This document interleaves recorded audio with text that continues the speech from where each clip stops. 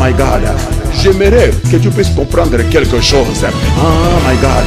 Dieu a dit, ce bébé-là maintenant qui vient, Jean-Baptiste, il avait un pied dans l'Ancien Testament et puis un pied dans le Nouveau Testament. C'est-à-dire Jean, c'est celui qui veut changer. Il vient tout simplement changer l'histoire de ta vie. Jean n'est pas la bénédiction totale. Ce n'est pas la bénédiction complète que Dieu a prévu, a préparé. Non, Jean, c'est tout simplement un précurseur. Jean vient pour ouvrir le chemin, frayer le chemin à la grande bénédiction de ta vie qui arrive. Qu'est-ce que je vais te dire? Il y a des gens, lorsqu'ils reçoivent la bénédiction, ils ne savent pas que cette bénédiction, c'est Jean. Jean n'est pas la bénédiction finale. Jean, c'est le précurseur. Jean est venu préparer la voie pour la grande bénédiction. Ta grande bénédiction n'est pas encore arrivée. Mais il y a des gens, lorsqu'ils reçoivent leur Jean, ils partent de l'église. Ils quittent l'église.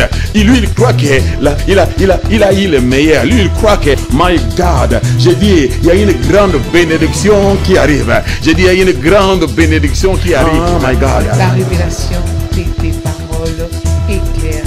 N'oubliez pas la révélation de tes paroles est claire. God bless you.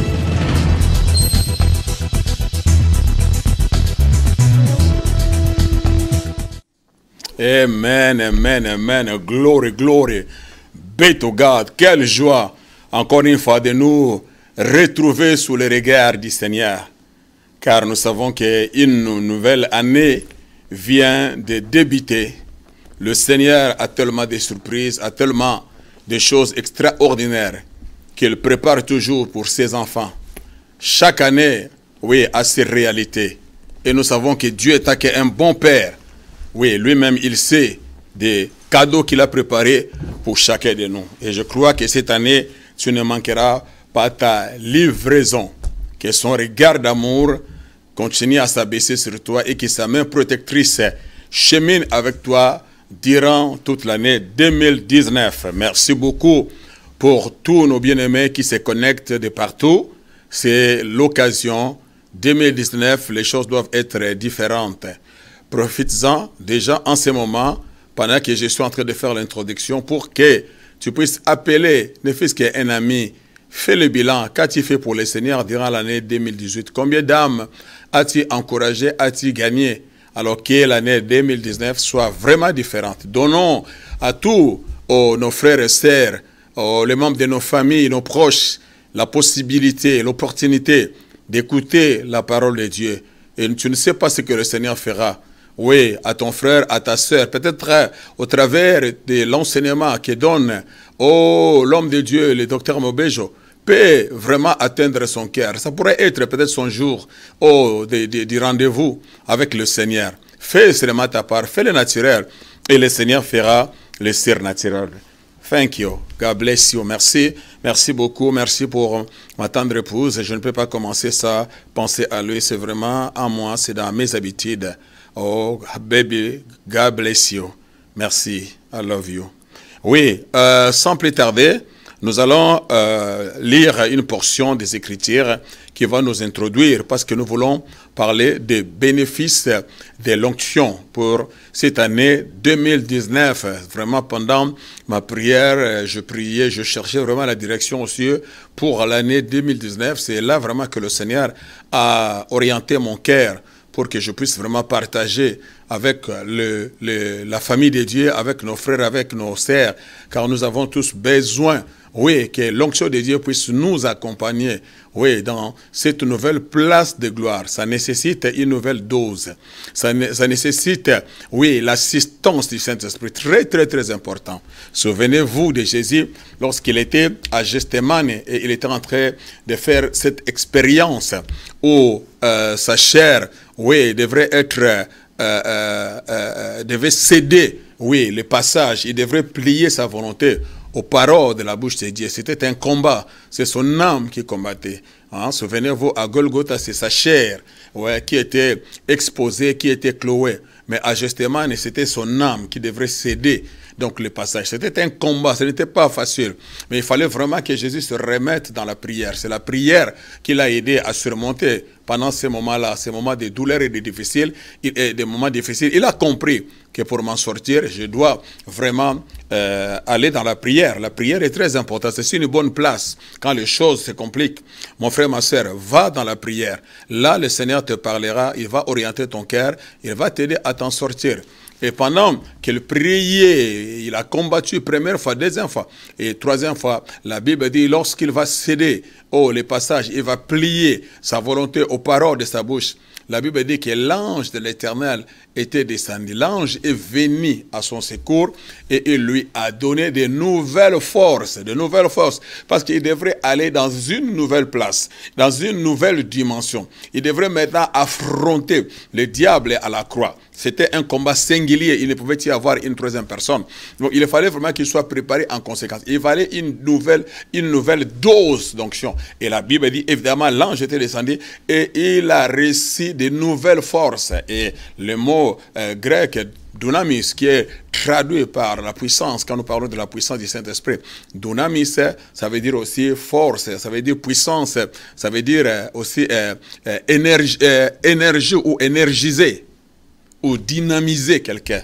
Hein? Donc c'est très très important. En d'autres mots, le Seigneur, il a reçu de nouvelles forces, il a été énergisé, il a été dynamisé pour maintenant entrer dans cette nouvelle phase de sa vie, aller affronter le diable à la croix. Do you understand? C'est-à-dire que chaque réalité, chaque dimension nécessite une nouvelle dose de l'onction. 2019, mon frère, ma soeur, tu ne vas pas l'affronter comme 2018.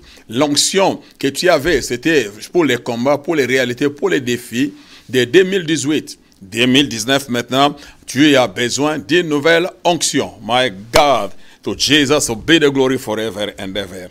Alors, sans plus tarder, pour m'introduire, j'aimerais que nous lisions tous ensemble dans 1 Samuel chapitre 9. C'est vraiment une portion qui nous est familière, mais nous allons tirer quelques vérités vraiment qui vont nous aider pour développer ensemble notre thème, voir vraiment le bénéfice de l'onction dans la vie de ce personnage que nous allons découvrir ensemble. Donc, 1 Samuel, chapitre 9, c'est un enseignement qui va peut-être nous prendre peut-être trois week-ends ou 4 week-ends. Hein. On n'est pas pressé. Nous partageons la parole de Dieu pour faire comprendre les messages à notre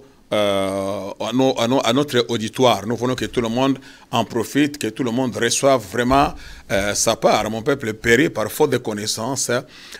Jean 8, 32, vous connaîtrez plutôt la vérité vous affranchira. Jean 8, 32, Osée 4 et 6, mon peuple périt par faute de connaissance.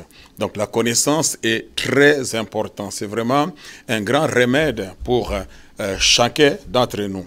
Donc je disais 1 Samuel chapitre 9, je commence à partir du verset 1er. Il y avait un homme de Benjamin nommé Kis, fils d'Abiel, fils de Zéror, fils de Bekora, fils d'Aphiac, fils d'un Benjamite. C'était un homme fort et vaillant. Il avait un fils du nom de Saoul.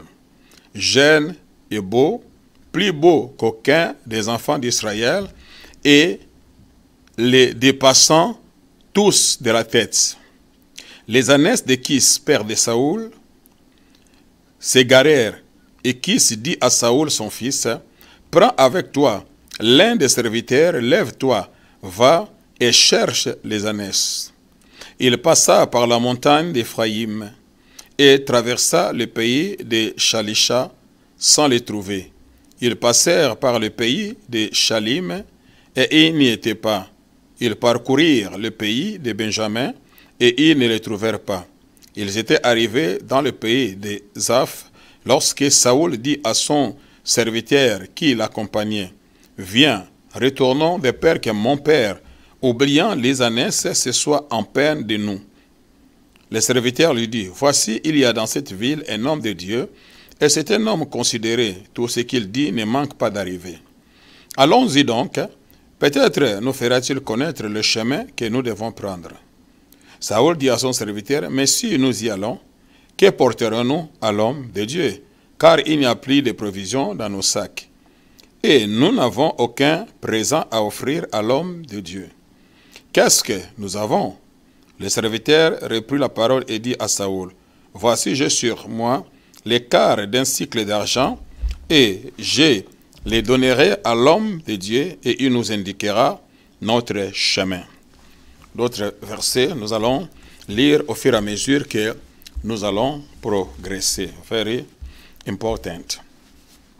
Donc, nous voyons que la Bible introduit premièrement Kis, qui était donc un descendant de Benjamin. C'est lui qui était le père donc de Saoul, celui qui deviendra plus tard le premier roi d'Israël. Parce que jusque-là, Israël n'avait pas encore un roi devant lui. Le seul roi qu'Israël avait, c'était l'Éternel lui-même, notre roi. Et l'objet de notre allégresse, nous dit Moïse dans les livres de Nombre. Donc c'est Dieu jusque-là qui était considéré lui-même comme le roi d'Israël, parce qu'Israël était donc sa fabrication. C'est Dieu lui-même qui a accouché ce peuple, qui a engendré ce peuple comme un instrument par lequel, normalement, les messies, l'accomplissement de Genèse 3.15, la postérité de la femme qui viendrait écraser la tête de l'ennemi, donc devrait sortir donc de ces peuples. Israël est considéré comme celui qui a porté la sémence. Les livres d'Apocalypse chapitre 12, on l'appelle la mère de l'enfant. Donc il est considéré comme la mère de l'enfant, c'est Israël qui a engendré donc Jésus, parce que Jésus est sorti donc de la tribu de Juda. Selon la prophétie, nous connaissons l'histoire de Marie, donc qui fit lui-même juive. Donc c'est elle qui a conçu par l'aide du Saint-Esprit, et c'est elle qui a engendré Jésus. Elle fait partie donc d'Israël. Elle est la mère biologique, humainement parlant, la mère biologique, parce que c'est lui qui a porté le bébé en question, mais c'était une conception surnaturelle. Comprenez-moi bien, Marie était utilisée par le Seigneur comme un vase, comme un instrument par lequel, pour accomplir tout simplement la prophétie. La Vierge deviendra enceinte, Isaïe. Souvenez-vous bien, ce n'est pas mon enseignement. Mais lorsque nous retournons, nous voyons que qu'on parle de qui était de la descendance de Benjamin. Donc Benjamin qui était le dernier fils de Jacob. Jacob avait donc 12 fils. Donc Benjamin était le petit frère de Joseph. Ils sont nés d'un même père et d'une même mère. Comprenez que il a fait des enfants avec 4 différentes femmes, c'est-à-dire il avait Rachel, il avait Léa, ainsi que leurs servantes. Elles ont donné aussi leurs servantes pour engendrer d'autres enfants qui ont fait qu'ils se retrouvent au nombre de 12, le nombre donc du gouvernement de Dieu. Do you understand what I'm saying to you? Mais lorsque la mère, pour comprendre un peu l'histoire, pourquoi les yeux du Seigneur étaient tournés vers la tribu de Benjamin. Parce que Israël, à un certain moment, il voulait se conformer à ses contemporains. Vous voyez parfois les dangers, nous les enfants de Dieu. Parfois nous voyons comment les choses évoluent autour de nous. Aurait de comprendre que nous avons notre constitution, qui est déjà la parole de Dieu qui nous a été donnée pour nous servir de guide, pour nous orienter. Ta parole est une lampe à mes pieds, une lumière sur mon sentier. Donc Dieu nous a donné la parole de Dieu pour nous éclairer, pour nous illuminer, pour nous orienter, nous montrer la voie, nous montrer le chemin. C'est ça la constitution du royaume. Parce qu'il ne peut y avoir un royaume sans constitution. Il ne peut y avoir une nation sans constitution. Israël était considéré comme une nation sainte. Et avant qu'il ne devienne une nation, Dieu était obligé de leur donner la constitution, ce que nous appelons décalogue, c'est-à-dire les 10 commandements donnés par Moïse. Donc sans les 10 commandements, Israël ne serait pas appelé nation sainte ou nation de Dieu. Il est devenu nation de Dieu ou royaume de Dieu lorsqu'ils vont recevoir les 10 commandements. Ce que nous appelons donc les décalogues. Do you understand what I'm saying to you? Donc cherchez premièrement le royaume de Dieu et sa justice. La justice parle tout simplement de la constitution Hein? Non seulement nous cherchons les royaumes, lorsque nous trouvons les royaumes, il y a aussi la constitution, c'est-à-dire la justice. Et sans la constitution, il ne peut y avoir condamnation. C'est-à-dire les ordonnances sont là juste pour nous orienter, pour nous montrer la voie, le chemin à suivre, à respecter les ordres, à respecter les recommandations, à respecter pour notre épanouissement, pour notre succès. Les choses qu'on peut faire et les choses qu'on ne peut pas faire. Très important. Do you understand what I'm saying to you? Mais l'intérêt de Dieu était tout simplement pour nous, pour voir son peuple s'épanouir. Il avait un plan merveilleux pour la vie. Il a dit tout simplement, si vous obéissez, voici les bénédictions qui vous suivront. Hein? Mais si vous désobéissez, voici la malédiction. Vous obéissez, voici les bénédictions. Vous désobéissez, voici les malédictions. C'était comme ça lorsqu'on contractait une alliance, il y avait toujours c'est-à-dire des privilèges, il y avait toujours des conséquences.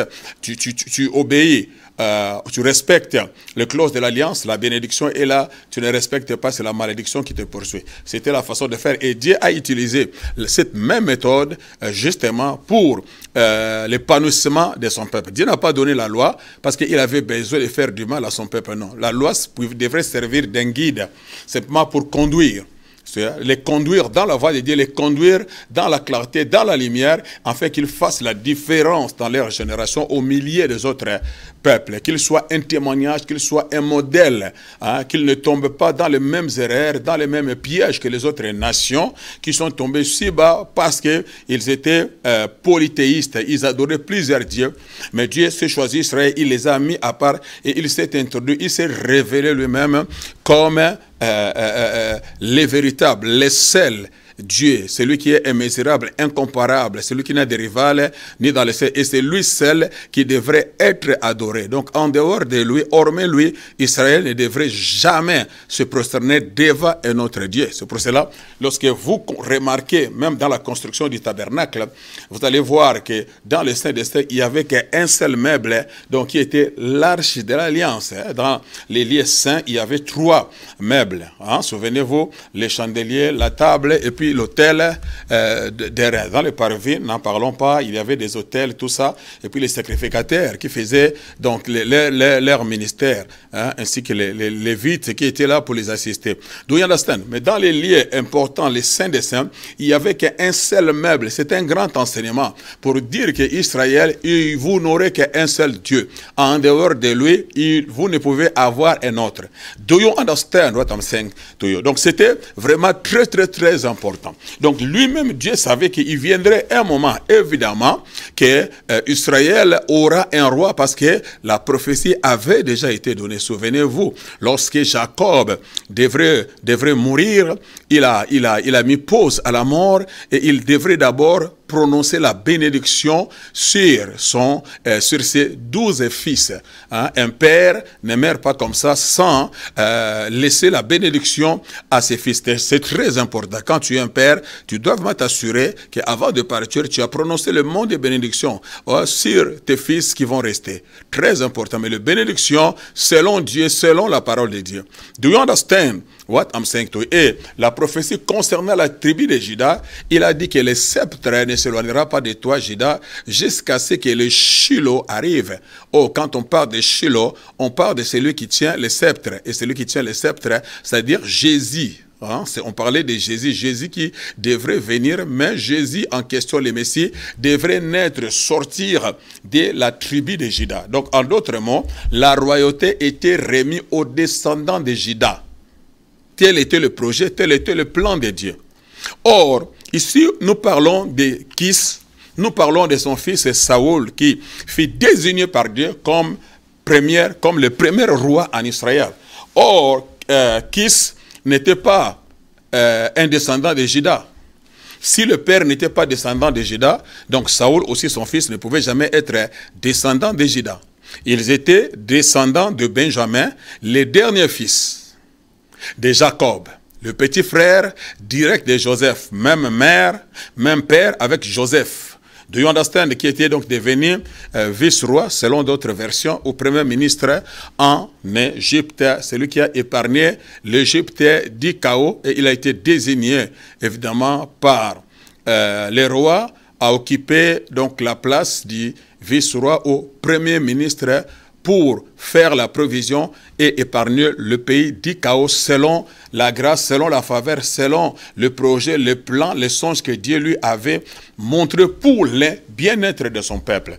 Dieu parfois va bénir certaines personnes parce qu'il sait que nous, sa famille, nous, ses enfants, nous trouverons du repos, nous serons à l'abri, nous serons bénis, mais notre bénédiction, Dieu les remet, Dieu les cache entre les mains, même des païens, déjà que nous ne connaissons pas. Mais Dieu lui-même, il sait comment il va manipuler les choses, comment il va manœuvrer, comment il va orchestrer les choses pour amener à l'accomplissement son plan et d'introduire dans la bénédiction, oh my God, que Dieu a préparé pour toi.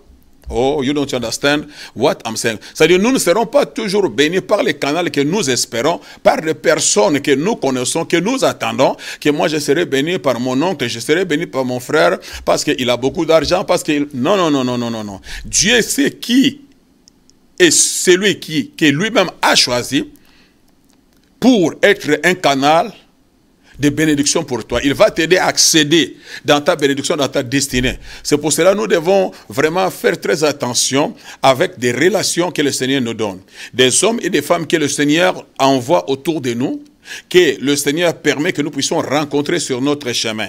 On doit avoir le discernement des esprits pour discerner l'esprit que la personne a, pourquoi le Seigneur l'amène, très important. Être sensible à l'esprit de Dieu, ne pas tomber dans la chair. Hein, ne pas seulement entretenir des relations purement charnelles. Il y a des gens que tu ne connais pas, que peut-être tu ignores, mais c'est par son canal que la bénédiction de Dieu va venir. Hein? Donc il ne faut pas mépriser, il ne faut pas sous-estimer, parce que tu ne connais pas ce que Dieu veut faire au travers de la personne qui se présente, qui se pointe. Apprenons à respecter les gens, apprenons à honorer, apprenons à considérer la personne, même si tu ne le connais pas, même s'il paraît comme un brisé, comme un pauvre. Hein? Nous voyons l'extérieur, mais l'intérieur, nous ne connaissons pas. Quelqu'un peut être petit, mais t'apporter une grande bénédiction. Jean-Baptiste n'était pas plus grand que Jésus. Jésus était plus grand. Jésus était son créateur. Mais le plan de Dieu nécessitait que Jésus, le plus grand, qu'il soit baptisé par celui qui était le plus petit. Donc Jean-Baptiste avait une bénédiction qui allait ouvrir le ciel pour Jésus. My God, you don't understand what I'm saying to you. Quand il va l'introduire dans l'eau, et quand Jésus va sortir des eaux, le ciel va s'ouvrir. You understand? C'est-à-dire qu'il fallait que Jean-Baptiste fasse cet acte pour que, en sortant, le ciel s'ouvre sur la tête de Jésus et que l'esprit descende sous une forme corporelle, particulièrement sous forme d'une colombe. Do you understand? Qui a ouvert la porte de la bénédiction, c'était Jean-Baptiste qui était inférieur. Donc ne sous-estime personne, ne méprise personne, parce qu'il est moins important que toi, il est moins connu que toi, il est moins oint que toi, il est moins éloquent que toi, il a moins de grâce que toi, il a moins de membres que toi. My God, do you understand? Tu ne sais pas ce que Dieu a placé dans cet homme, c'est que cet homme détient pour t'ouvrir la porte du ciel. Oh my God, help me somebody. Do you understand what I'm saying to you? To Jesus be the glory forever and ever. Oh my God. Et les enfants d'Israël voulaient se conformer, comme je l'ai dit dans mon introduction, aux nations païennes qui les entouraient. Ils voyaient que ces nations-là avaient un roi devant eux qui dirigeait les opérations, qui donnait des ordres. Et avec leur Dieu qui les accompagnait. Alors, ils voulaient se conformer à leurs contemporains. Ils ont commencé à réclamer aussi un Dieu et un roi plutôt visible pour prendre la direction des choses, pour les conduire dans leur bataille, pour les gouverner, pour les diriger. Alors que Israël n'en avait pas besoin, parce que leur roi était le Dieu de l'infini. Oh my God, la toute sagesse. L'omniscient, l'omnipotent, l'omniprésent, c'est lui qui dit un mot, la chose s'accomplit, il ordonne et les choses existent. Le Dieu qui claque les doigts et les anges entrent en action. Capable de frayer le chemin, là il n'y a pas de chemin, de créer une autoroute pour que vous puissiez vous en sortir. Il peut souffler. Oh, la Bible dit, oh, il souffle. Il y a un vent impétueux. Roua, the Holy Spirit. Pendant toute la nuit, la Bible dit, les sentiers, les chantiers du Saint-Esprit. Le Saint-Esprit a travaillé toute la nuit. Il a créé l'autorité invisible pour que Israël puisse traverser la mer. Do you understand what I'm saying to you? Un tel roi qui fait de tels exploits, et Israël va se fatiguer de lui. Vous voyez, nous, la famille de Dieu, le peuple de Dieu, nous qui sommes dans l'alliance avec Dieu, il nous a promis tellement de choses, il nous a fait tellement du bien. Et parfois nous sommes arrivés ici en Europe, on est arrivé aux États-Unis, on est arrivé en Hollande, on est arrivé en Belgique, on ignore d'où nous venons. Tu oublies ce que le Seigneur a fait pour toi hier. Parce que tu es arrivé en Europe, parce qu'aujourd'hui tu es béni, parce que tu es devenu une personne influente, tu t'es lancé dans les affaires aujourd'hui et tu ouvres ta bouche peut-être aujourd'hui, parler mal de ces dieux, parler mal des lèvres du Seigneur. Do you understand? Nous les hommes, nous oublions facilement le bienfait de Dieu. Israël a facilement oublié tout ce que Dieu a fait pour lui. Ah, Samuel, donne-nous un roi. Nous sommes fatigués de dépendre de ces rois invisibles qu'on ne voit même pas. Donne-nous un roi. Oh, le prophète était vexé, tellement qu'il connaissait l'amour de Dieu pour son peuple. L'affection de Dieu envers ce peuple. Le bienfait de Dieu, la bonté de Dieu. Combien Dieu était bon à leur égard. Combien Dieu les a assistés. Combien Dieu les a fait du bien.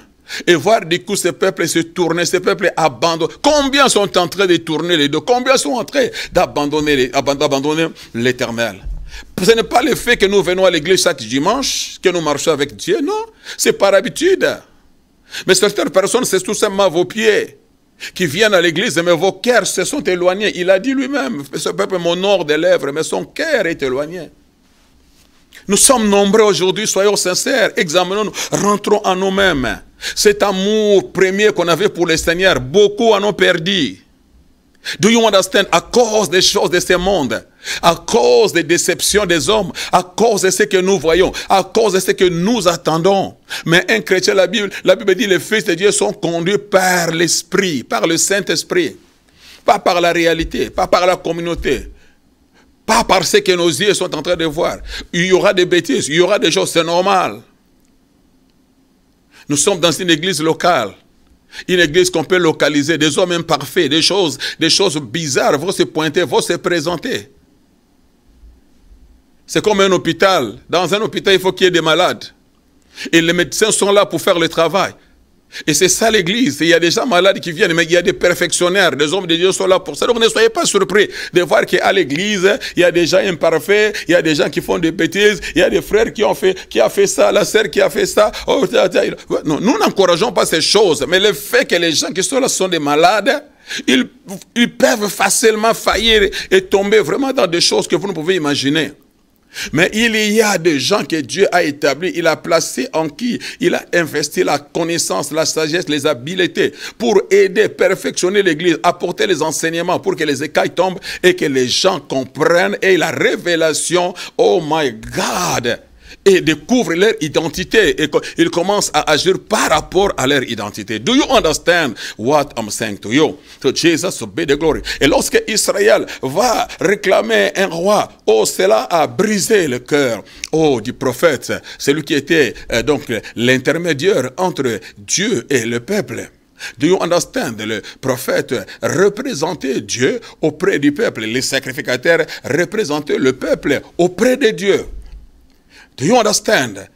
Le prophète représentait Dieu auprès du peuple. Il recevait le message dans les conseils et il venait annoncer au peuple. Mais les sacrificateurs, lui, il allait intercéder. Il représentait le peuple. Il portait les 12 tribus. Et lorsqu'ils accédaient, il représentait le peuple, le péché du peuple. Il faisait l'expiation pour le peuple. Do you understand what I'm saying to you?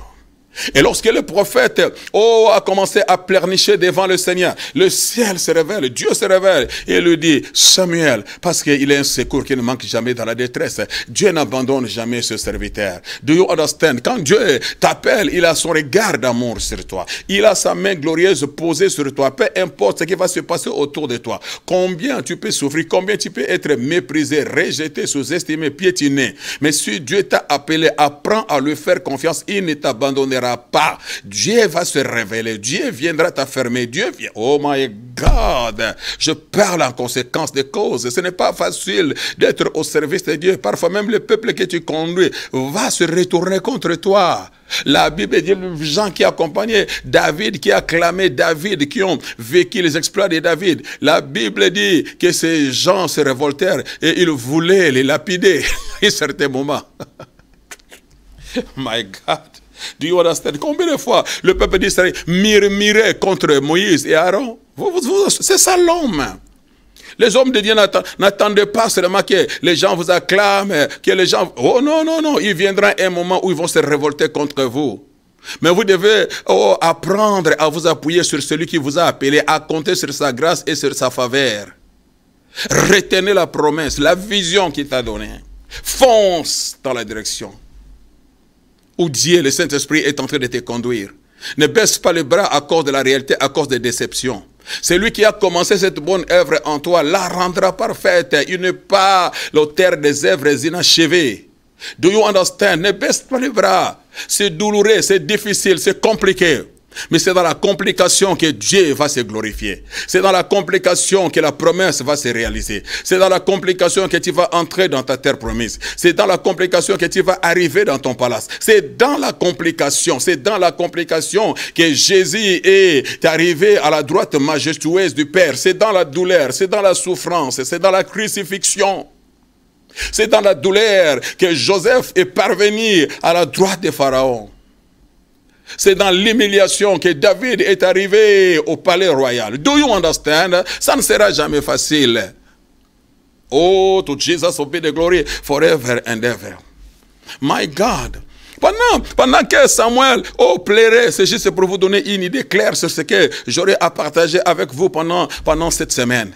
Alors Dieu du haut des cieux dit, ok, le peuple est fatigué de moi.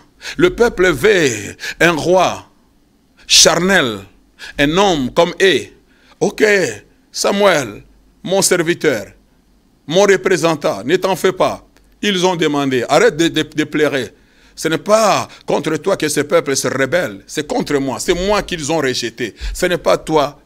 Vous savez combien de fois nous rejetons Dieu?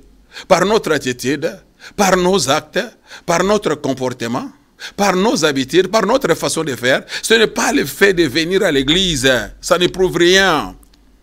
Mais notre cœur, notre attitude est un rejet. Nous rejetons le Seigneur.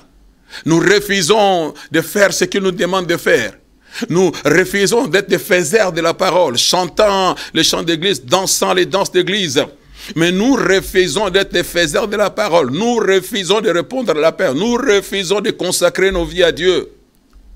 Ce n'est pas toi, ce n'est pas l'homme de Dieu. Pasteur, ne t'en fais pas, ce n'est pas toi que ce peuple est en train de rejeter. Il est en train de rejeter son Rédempteur, son Sauveur. My God, que le Saint-Esprit ouvre les yeux de ses fils et ses filles. Que le Saint-Esprit ouvre les yeux de l'Église. En fait que nous commençons à voir les choses différemment.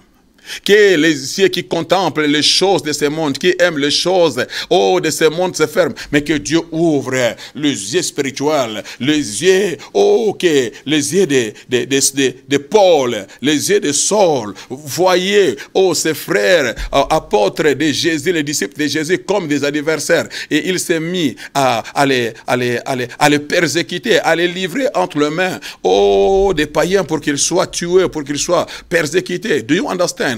Ça, c'est avec les yeux de Saoul. Mais lorsqu'il va se convertir, et que la Bible dit pendant 3 jours, il a perdu sa vie, parce que Dieu a commencé à ouvrir ses yeux spirituels, et il a commencé à voir les choses différemment. Ces gens qu'il considérait comme des ennemis, mais désormais, il a commencé à les voir comme ses propres frères, parce que sa vision avait été restaurée. Do you understand? Je prie que la vision de l'église soit restaurée. Oh my God, help me somebody. Je prie que pour que la vision de l'église soit restaurée. Mon frère, ma soeur, que tu commences à voir les choses différemment. Tout passe, tout casse. Tout ce que tu vois, tout ce que tu admires, tout ce que tu suis, tout ce que tu poursuis, toutes ces choses qui attirent ton attention, qui captent ton attention. J'aime bien le dire. Oh my God, les fruits étaient bons à la vie, mais n'étaient pas bons pour la vie. Les fruits que Ève a mangé Et il a donné à son mari. La Bible dit, les fruits étaient bons à la vue. Vie, verbe, voir. En les voyant, ça tuerait, ça brillait. Mais n'était pas bon pour la vie. Parce que les mêmes fruits qui étaient bons pour la vue, c'est les mêmes fruits qui a tué leur vie. My God, c'est-à-dire ce que vous voyez, ce qui vous attire.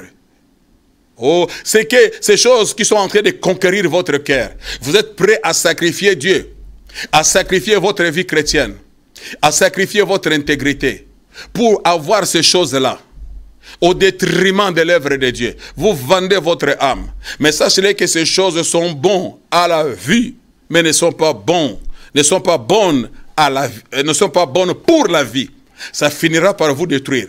Vous manquerez votre visitateur, vous manquerez le ciel, vous manquerez l'enlèvement, vous risquez même de vous retrouver en enfer. Ce n'est pas mon désir, ce n'est pas mon message. Je ne prêche pas pour que vous alliez en enfer, non. Mais je suis en train, oh oui, de vous exhorter afin de vous ressaisir et de sortir de ce sommeil spirituel. Tout ce qui brille n'est pas de l'or.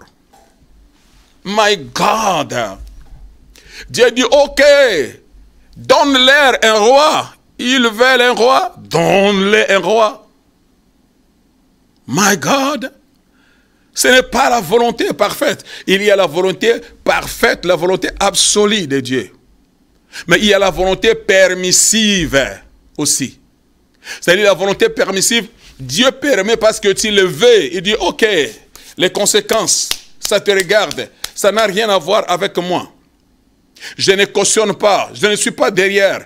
Je ne soutiens pas, je ne t'accompagne pas, parce que ce n'est pas ma vision, ce sont tes ambitions. Apprends à soutenir ta vision, apprends à sponsoriser ta vision. C'est pourquoi il est très important, mon frère, ma soeur, avant de t'engager dans l'œuvre de Dieu, même pour commencer un ministère, tu dois t'assurer que Dieu s'est révélé, Dieu t'a parlé, Dieu t'a commissionné, Dieu t'a donné un mandat, Dieu t'a envoyé, Dieu t'a recommandé. Quand Dieu t'envoie, il est derrière. Il soutient lui-même sa vision. Il sponsorise la vision. Il donne la vision, il dispose sa provision. Do you understand? Mais s'il n'est pas derrière, il n'a pas intérêt. Do you understand? Donc c'est très important. Ils veulent un roi, mais advienne que pourra. Les conséquences, ils vont subir parce qu'ils le veulent eux-mêmes. Ils ne veulent pas dépendre de moi. Ils ne veulent pas s'attendre à moi. Ils ne savent pas ce que moi j'ai prévu, ce que moi j'ai planifié. J'entends mon temps. Je sais qu'un jour viendra. Ce roi qu'ils veulent maintenant, il l'aurait dans mon agenda. J'ai déjà prévu, j'ai déjà préparé un descendant de David, fils d'Isaïe. Le germe de l'Éternel sortira d'Isaïe. Do you understand what I'm saying to you? Donc Dieu avait déjà planifié qu'un descendant d'Isaïe viendra, il deviendrait roi. Il aura le sang royal. Et c'est lui qui serait connecté avec le Shiloh. C'est pourquoi on appelle Jésus fils de David. Parce que David avait le sang royal. Oh my God, my God, my God. You don't understand what I'm saying to you. Et il était de Bethléem. Go God Almighty. To Jesus be the glory forever and ever. Do you understand what I'm saying to you? I say, do you understand? Et alors Dieu ordonne qu'on leur donne le roi, un roi. Mais comme c'est la nation sainte, c'est la nation créée, fabriquée par Dieu lui-même. Et il dit, ok, je vais quand même faire le choix. Comme ils veulent un roi, mais je vais quand même choisir. Je ne le laisserai pas, parce qu'un roi, ça ne se choisit pas. Un roi, on ne fait pas une élection pour choisir le roi. L'élection, c'est pour choisir un président. Mais les rois, on devient roi. On est roi, plutôt. On est roi. On devient président. Mais roi, on est roi. On doit naître roi. Je récapitule. On devient président, parce qu'il y a une élection. Mais roi, on est roi. C'est-à-dire, ce n'est qu'un roi qui doit naître, qui doit donner naissance à un roi. Un roi doit engendrer un roi. You understand? Israël demande un roi, mais pour qu'il ait un roi, il faut impérativement que le roi puisse engendrer le roi. Oh my God. Et Dieu qui était le roi, c'est à lui de choisir, de dire, ok, ce n'est pas celui que j'ai prévu. Parce que mon plan, ma volonté, concernant la royauté en Israël, sera réservé à la tribu de Juda. Ce n'est pas mon message, je ne vais pas mélanger les choses. J'aurai le temps peut-être un jour quand je parlerai de l'alliance, je vous parlerai pourquoi l'échange qu'il y a eu entre Saoul et David. Hein, Saoul qui était donc le prétendant à la royauté après la mort de son père, c'est plutôt Jonathan. Hein, l'alliance entre Jonathan et David. Jonathan était le prétendant. Après la mort du père, c'est Jonathan qui devrait accéder au trône. Mais, or, le plan de Dieu est que la royauté est réservée aux descendants de Juda. Oh, quand l'heure de Dieu a sonné, il faudrait impérativement que la royauté de Saoul passe de la main de Saoul vers la main des descendants de Juda. Or, David est un descendant de Juda. Or, Jonathan, c'est un descendant, c'est un benjamite. Oh, quand le temps de Dieu arrive, Dieu ouvre les yeux de Jonathan pour que Jonathan voie le prochain, le prétendant, que ce n'est pas toi qui vas succéder à ton père, mais voici le successeur est là. Le Saint-Esprit a ouvert les yeux. Et d'ailleurs, Jonathan va dire que souviens-toi des descendants de Saoul quand il deviendra roi. Comment il l'a su? Oh my God. C'est par révélation. Non? Oh, you don't understand what I'm saying to you. Donc c'était déjà prévu, c'était planifié. Mais seulement Israël était pressé. Vous voyez comment parfois nous passons à côté de la plaque et nous produisons des Ismaël dans notre vie? Combien de gens vous produisez des Ismaël? Dans votre mariage, vous avez tellement voulu anticiper les choses. Aujourd'hui, vous êtes perturbé, vous êtes troublé. Vous êtes dans le problème. On vous fait des palabres, comme disent les Ivoiriens. Vous ne savez, oh, quand tu as su, je savais, si je savais. Ah, mais à cette époque-là, les pasteurs donnaient les conseils, tu ne voulais pas écouter. Tu as engendré Ismaël, il y a des conséquences, il y a des prix à payer. Dans notre vie personnelle, dans notre vie professionnelle, dans nos études, dans le business parfois. Les gens essaient de nous conseiller, mais nous voulons suivre tout simplement, oh, nous-mêmes, nous voulons suivre, oh, seulement nos sentiments, nos émotions. Et finalement, on passe à côté du plan de Dieu, comme Israël voulait passer à côté du plan de Dieu. Et ils vont avoir maintenant un homme, mais celui-là n'était pas descendant, oh, de Juda, mais c'était un benjamite. Pourquoi? Parce que lorsque la mère de Benjamin, le temps était arrivé pour engendrer Rachel, la femme de Jacob, qui était tombée, Rachel, la femme de Jacob, lorsqu'il est tombé enceinte, il voulait maintenant engendrer. Hein, il a senti des contractions. La Bible dit qu'ils étaient sur le chemin. Oh my God, my God, my God, avant d'arriver à Ephrata. Alors la Bible dit que, oh, elle ne pouvait plus supporter. Alors il fallait impérativement une intervention rapide pour qu'elle puisse enfanter. Et c'était une naissance douloureuse, la naissance de Benjamin. C'est-à-dire la femme était entre la vie et la mort. Mais avant de mourir, elle a fourni des efforts. Elle a fait tout ce qui était à son pouvoir pour que son bébé naisse dans de bonnes conditions. Do you understand? Il a dit, si je vais mourir, que je meurs, mais mon bébé ne mourra pas. Do you understand? Oh, go God Almighty. Et pendant qu'elle a accouché, avant de rendre l'âme, elle va appeler son fils Benoni, qui veut dire fils de ma souffrance. Il voulait immortaliser sa douleur, sa souffrance. C'est-à-dire, lorsque vous verrez ces garçons passer, vous allez se souvenir de ma douleur et de ma souffrance. Do you understand what I'm saying to you? Mais lorsque le père va arriver et il va apprendre que sa femme avait nommé, parce qu'à cette époque-là, souvent, c'était les femmes qui nommaient. Et les seuls fils parmi les 12 que vous voyez nommés par Jacob, c'était Benjamin. Souvenez-vous des 4 premiers fils de Léa. Léa lui-même, il a nommé Ruben, il a nommé Juda, il a nommé Siméon. Souvenez-vous, il a nommé, parce que quand il a nommé Juda, la Bible dit, cette fois-ci, je louerai l'Éternel, qu'il a cessé maintenant de chercher, d'acheter l'amour de son mari. Elle essayait de tout faire pour conquérir le cœur de son mari. Elle croyait que si j'enfante, mon mari va m'aimer parce que je lui ai enfanté des enfants, comme Rachel était stérile jusque-là. Do you understand? Mais malgré ce qu'il faisait pour acheter l'amour, ça n'a pas marché parce que l'amour ne s'achète pas. Tu ne peux pas acheter le cœur d'un homme. Un homme doit t'aimer automatiquement. Do you understand what I'm saying to you? La Bible dit que Jacob aima Rachel. Jacob aima Rachel, parce que Jacob, ça c'est un message spirituel, c'est un message révélateur. Hein? C'est-à-dire, nous voyons en Jacob, c'est l'homme charnel, et nous voyons Rachel également l'image de l'homme charnel, parce que sa beauté est extérieure, mais à l'intérieur, elle était aussi idolâtre. Do you understand? Ce n'est pas mon message, je ne vais pas me compliquer. C'est juste pour vous faire déguster un peu la richesse, la profondeur de la parole de Dieu. My God! Mais le Père, lorsqu'il arrive, parce qu'il y a un message prophétique, le Père arrête, il dit non, mon fils là ne s'appellera pas Benoni, fils de ma douleur. Non, j'arrête ça. Mais il s'appellera fils de ma droite. Fils de ma droite ou fils de ma puissance. Parce que la droite de l'Éternel manifeste sa puissance. Quand on parle de la droite, on parle de la puissance majestueuse, glorieuse du Dieu très haut. Il s'appellera Benjamin, qui veut dire fils de ma puissance. C'était une prophétie que le Père a libérée. Il sera puissant parmi tant d'autres. Il sera puissant. La prophétie était collée sur Benjamin et sa descendance. Do you understand?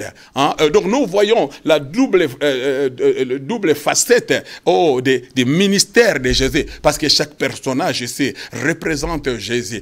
Ben-Oni, c'est l'image de celui qui n'avait jamais commis le péché. Mais il devrait tant souffrir pour toi et moi. Jésus a souffert innocemment. Il n'avait rien fait de mauvais, mais il a souffert. Il était notre Ben-Oni. Parce que tu ne peux pas devenir Benjamin, si tu n'as pas été appelé Benoni. Do you understand? À la croix, il était appelé Benoni, fils de ma douleur, fils de ma souffrance.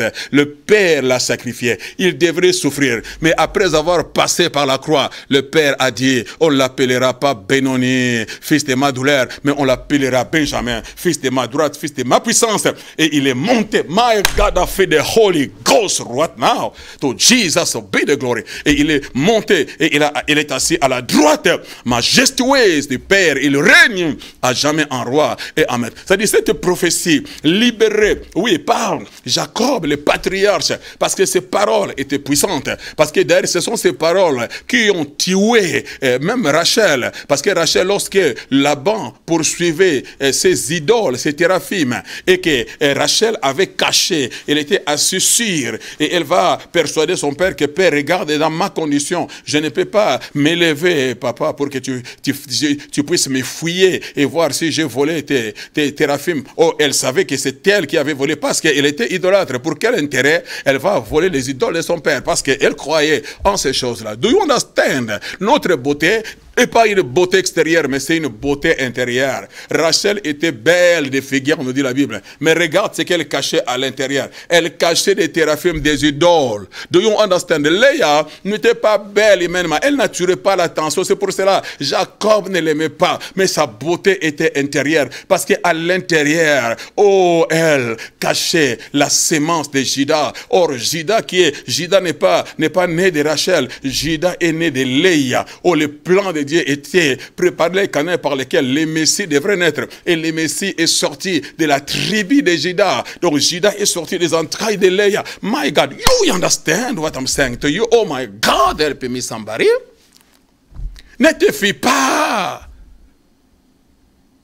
sur l'apparence. Sois sensible à l'Esprit de Dieu. My God. Et le patriarche va dire à son beau-père Laban que c'est lui qui a volé tes téraphim, qu'il périsse. Ses paroles étaient puissantes. C'est bon. Quand il a dit ça, il a libéré la mort. Et la mort, en ce moment-là, avait atteint déjà Rachel. Parce que c'est Rachel qui avait volé. Et il a bien dit qu'il périsse. C'est lui qui a volé tes téraphim. C'est Jacob qui a tué Léa, qui a tué Rachel par la déclaration de ses paroles. Parce que c'est Rachel qui avait volé les téraphim. Les idoles, do you understand? L'idolâtrie amène la mort anticipée. tuer. Je dis l'idolâtrie va te tuer avant les temps. Oh my God, my God, my God, my God. Accroche-toi à Jésus. Renonce à tous ces faux dieux, à tous ces idoles. Vous qui allez acheter les choses, je ne sais pas si Nigeria, Israël, pour que vous soyez puissants, pour qu'on parle de vous. Je crois à la puissance de Dieu. Je crois à la puissance du Saint-Esprit. Je crois à la véracité de la parole de Dieu, que les hommes de Dieu vont s'élever avec l'évangile de Jésus-Christ, exalté et glorifié, et que l'onction du Saint-Esprit va se manifester. Je le crois et je suis dans l'expectative, parce que je sais que ces choses vont arriver, que dans nos réunions, nous allons vivre la gloire de Dieu, comme nous l'avions jamais vécu. Nous allons vivre des réunions extraordinaires, où la puissance de Dieu va être tellement réelle et manifeste. La gloire de Dieu va envahir nos salles de culte, où tout le monde sera à genoux. Nous allons commencer à voir les liens brisés, les démons sortir, les malades guéris surnaturellement, miraculeusement, parce que la gloire de Dieu remplit. Et je crois à cela. My God, c'est pas seulement le diable qui est capable de faire ces choses-là. On n'a pas seulement besoin, les gens qui vont voir les magiciens, ils viennent à l'église qui opère les miracles. Où est le Dieu des miracles que nous prêchons? Notre Dieu, c'est lui qui est la source. Oh, le diable n'est qu'un imitateur. C'est que, oh, les gens, pour faire les miracles, il faut qu'ils voient les féticheurs. Mais nous n'avons pas besoin d'aller voir les féticheurs, parce que notre Dieu, c'est lui qui est la source de toutes ces choses. My God, help me somebody. To Jesus be the glory. Voilà un homme, un patriarche. Les paroles de sa bouche sont en train de faire des dégâts. Si l'onction de Dieu est sur toi, les paroles qui sortiront de ta bouche changeront la destinée des gens. Les paroles qui sortent de ta bouche, oh, je te dis, briseront les liens, enverront les démons en enfer de là où ils sont venus. Do you understand what I'm saying to you? Les paroles déclarées de ta bouche vont assassiner les cancers, vont assassiner les sida. Les malades vont commencer à recevoir la guérison parce que tu as déclaré la parole sous l'onction du Saint-Esprit. Je prie que cela t'arrive, mon frère, ma soeur. Je prie que cela t'arrive pour ta famille. Que toutes les paroles que tu vas commencer à déclarer, hein, aucun démon ne saura résister, aucune force ne saura résister. Les gens seront témoins, oh, de l'accomplissement des paroles que tu as déclarées, parce que tu es un chrétien ou tu es une chrétienne ou tu es rempli du Saint-Esprit et qui marche selon la parole de Dieu. My God, I feel it. Les paroles déclarées par Jacob a fait que, oh, que Rachel meurt d'une mort prématurée. Do you understand what I'm saying to you? To Jesus be the glory forever and ever. C'est pour cela, lorsque Dieu devrait faire le choix, j'aimerais m'arrêter par là. Oh, les yeux de l'Éternel, il a dit, le temps n'est pas encore arrivé pour que la tribu de Juda, oh, prenne, oh, la royauté. Alors, il faut que je choisisse parmi les 11 autres tribus, ses yeux se sont tournés vers la tribu de Benjamin, parce qu'il s'est souvenu de la prophétie que le patriarche avait fait sur la tribu de Benjamin. Il a béni la tribu de Benjamin. Il a dit, tu seras fils de ma droite, tu seras puissant. Go God Almighty. C'est ainsi que Dieu est allé choisir. Oh, Saoul. Saoul était un descendant de Benjamin. Kis était un des descendants de Benjamin. Do you understand la raison pour laquelle Dieu a choisi Saoul? Il ne s'est pas improvisé, mais Dieu l'a choisi lui-même. Mais la différence en est que c'était la volonté permissive. Ce n'était pas la volonté parfaite. C'est ça la différence entre Saoul et David. David, c'est la volonté parfaite de Dieu et Saoul, c'est la volonté permissive de Dieu. C'est pourquoi vous voyez la différence. Saoul était avec une corne et avec une fiole d'huile. Une fiole, c'est une fabrication humaine. C'est des hommes qui fabriquent une fiole et ils mettent de l'huile. Parce que sa royauté était une royauté selon les hommes. Ce sont les hommes qui ont demandé. Mais lorsqu'on devrait oindre David, le choix de Dieu, l'homme selon le cœur de Dieu, ce n'est pas avec une fiole, mais avec une corne d'huile. Or, la corne d'huile est fabriquée par Dieu. Parce que c'est Dieu qui a fabriqué l'animal qui porte la corne. Parce que c'est la royauté selon Dieu.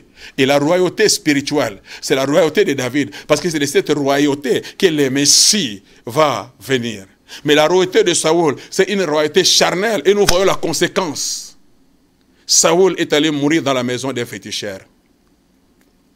My God. Ça, c'était mon introduction. Avant de parler de ce que nous avions lu. Nous devons bien comprendre la préhistoire. C'est pourquoi j'ai essayé d'expliquer les choix. Pourquoi maintenant les choix? La semaine prochaine, je vais maintenant entrer dans mon message. Mais j'aimerais encourager quelqu'un, toi qui me suis en ce moment, mon frère, ma soeur, faites attention dans tes choix. Ne tombe pas dans la chair. Ne suis pas les mouvements de ton contemporain. Parce qu'ils font ceci pour avoir de l'argent, moi aussi je dois le faire. Parce que mon entourage, faites bien attention. Parce que la Bible dit,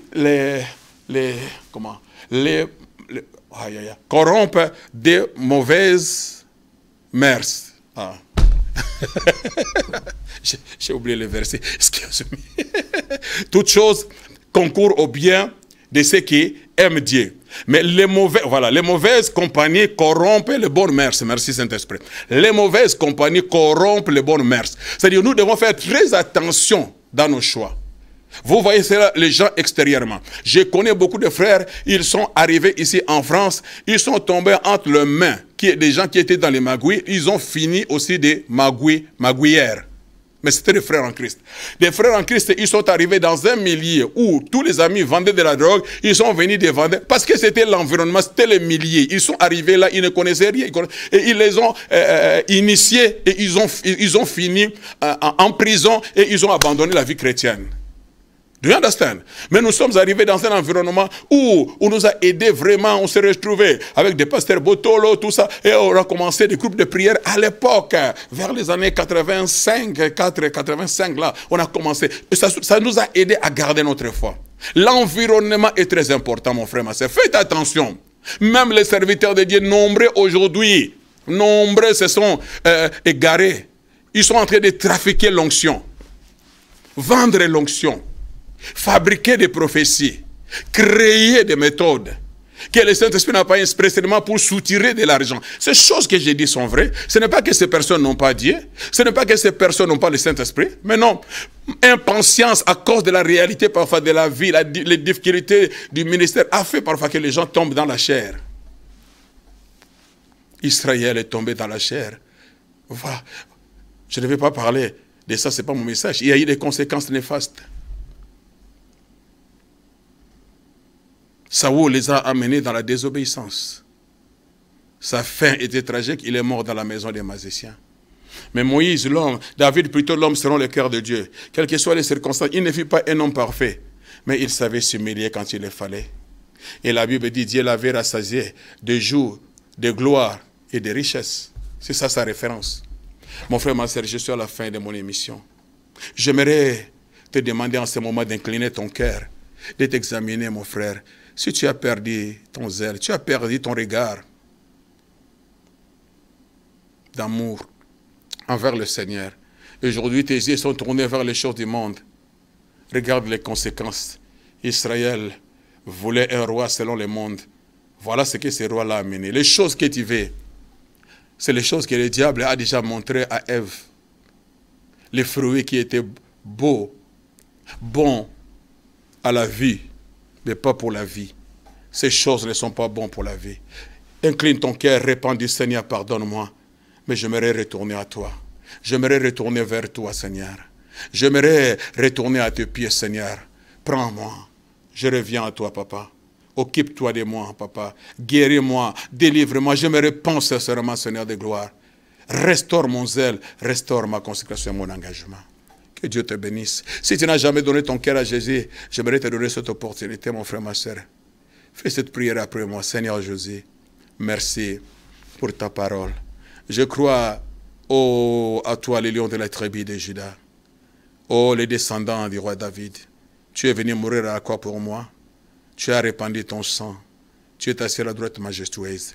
Seigneur, je t'invite, j'ouvre mon cœur, viens. Je t'accepte comme mon sauveur et Seigneur.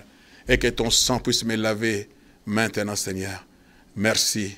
Seigneur, je crois que mon nom est écrit dans les livres de vie et que le Saint-Esprit me prenne en charge. Si tu as fait cette prière, crois que tu es né de nouveau. Mon frère, ma soeur, soyez les bienvenus dans la famille de Dieu. Je suis à la fin de mon message. Que Dieu vous bénisse. N'oubliez surtout pas que la révélation de tes paroles est claire. God bless you. Wow, à nous revoir dimanche prochain. Ne manquez pas cette série. Bless your hearts. Amen.